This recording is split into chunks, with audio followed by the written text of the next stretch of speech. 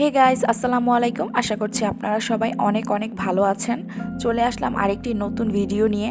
Anyways, last time সাফা কবিরের শাকসুকার video আসার পর বেশ কয়েকজনের শাকসুকা রান্নার ভিডিও আমার টাইমলাইনে আসা শুরু করে। কেউ ডিমটাকে হাফ বয়েল করে, যেখানে কুসুমটা একদম র অবস্থায় দেখা যায়। আবার কেউ বেশি করে টমেটো কুচি বা টমেটো সস দিয়ে একদম লিকুইড সসময় শাকসুকা মেক করছে। আবার কেউ এক্সট্রা চিজ ইউজ করছে। সো বেসিক্যালি আমার জানা মতে এটা হচ্ছে নর্থ আফ্রিকা অ্যান্ড মিডল ইস্টের খুবই পপুলার একটা ব্রেকফাস্ট আইটেম। মেইনলি ডিম পোস্টটাকে একটু ডিলিশিয়াসভাবে প্রেজেন্ট করা হয়। এখন এই বিষয়গুলো বলার কারণ হলো প্রত্যেকটি দেশেরই একটা নিজস্ব কালচার বা মানুষের টেস্টের উপর বেস করে খাবারের প্রস্তুত প্রণালী বা ইনগ্রেডিয়েন্টসের উপর পার্থক্য দেখা যায়। এখন তারা যেভাবে খেতে পছন্দ করে তারা ঠিক সেভাবেই বানিয়েছে। আপনার যদি মনে হয় যে আপনি এখান থেকে কিছু কাট করতে চান বা কিছু অ্যাড করতে চান, সেটা আপনার চয়েস।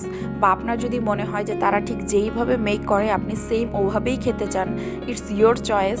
এখানে আসলে কোনো বাধ্যবাধকতা নেই যে আপনার সেম ওভাবেই খেতে হবে বা সেম ওভাবেই ফলো করতে হবে। সো বিনা পয়সায় অনেক জ্ঞান দিয়ে দিয়েছি, এবার জ্ঞানের কথা সাইডে রেখে মূল টপিকে আসি। শাকসুকা নামটাকে যদি আমরা বেঙ্গলি নাম হিসেবে ধরি, মানে আমাদের ভাষা অনুযায়ী ধরি, তাহলে এখানে শাক বলতে হচ্ছে আমরা যে খাই শাক মানে বোঝানো হয়েছে।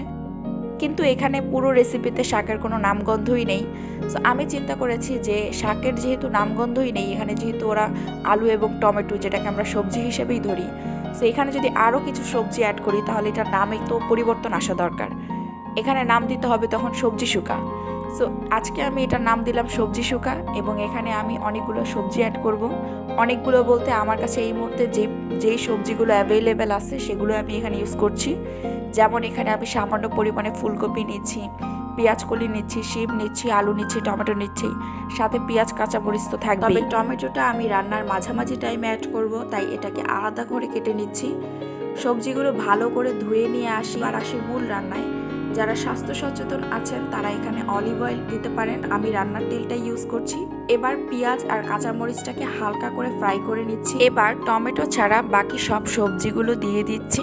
এক্ষেত্রে শাকসুকাটাকে আপনারা যদি লিকুইড ভাবে খেতে চান, সেক্ষেত্রে টমেটোটা এই পর্যায়ে দিয়ে দিবেন। সেক্ষেত্রে টমেটোটা মেল্ট হয়ে লিকুইড সসের কাজ করবে। পরিমাণ মতো লবণ দিয়ে হালকা নেড়ে চেড়ে ঢাকনা দিয়ে ঢেকে রেখে দিব। কিছুক্ষণ পর ঢাকনা খুলে ঠিক এই পর্যায়ে সামান্য পানি আর টমেটো কুচি দিয়ে হালকা নেড়ে চেড়ে ঠিক মাঝ বরাবর ডিমটা ফেটিয়ে দিয়ে দিব। ডিমের উপর থেকে খুবই সামান্য পরিমাণে লবণ ছিটিয়ে ঢাকনা দিয়ে আরও কিছুক্ষণ ঢেকে রাখবো। আপনারা যদি কুসুমটাকে লিকুইড অবস্থায় খেতে চান তাহলে খুব বেশি সময় ঢাকনা দিয়ে রাখার প্রয়োজন নেই।